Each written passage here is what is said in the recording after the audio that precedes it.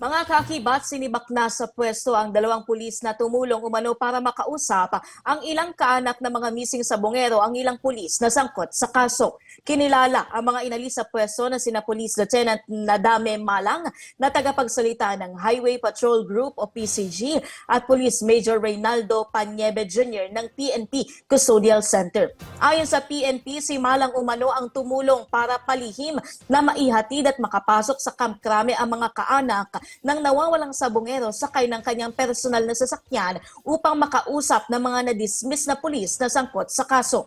Git naman ng HPG, hindi bahagi ng trabaho ni Malang ang makisangkot sa nasabing issue.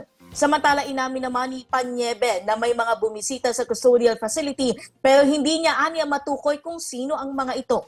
Nauna nang nagsampa ng reklamo sa Napolcom ang mga kaanak ng mga nawawalang sa Bungero laban sa dalawang pulis. Pero giit ng PNP, hindi pa rin tinuturing na may kasalanan ng dalawang opisyal at preventive relief lamang ang ginawa para maiwasan ang posibleng pakikialam sa investigasyon.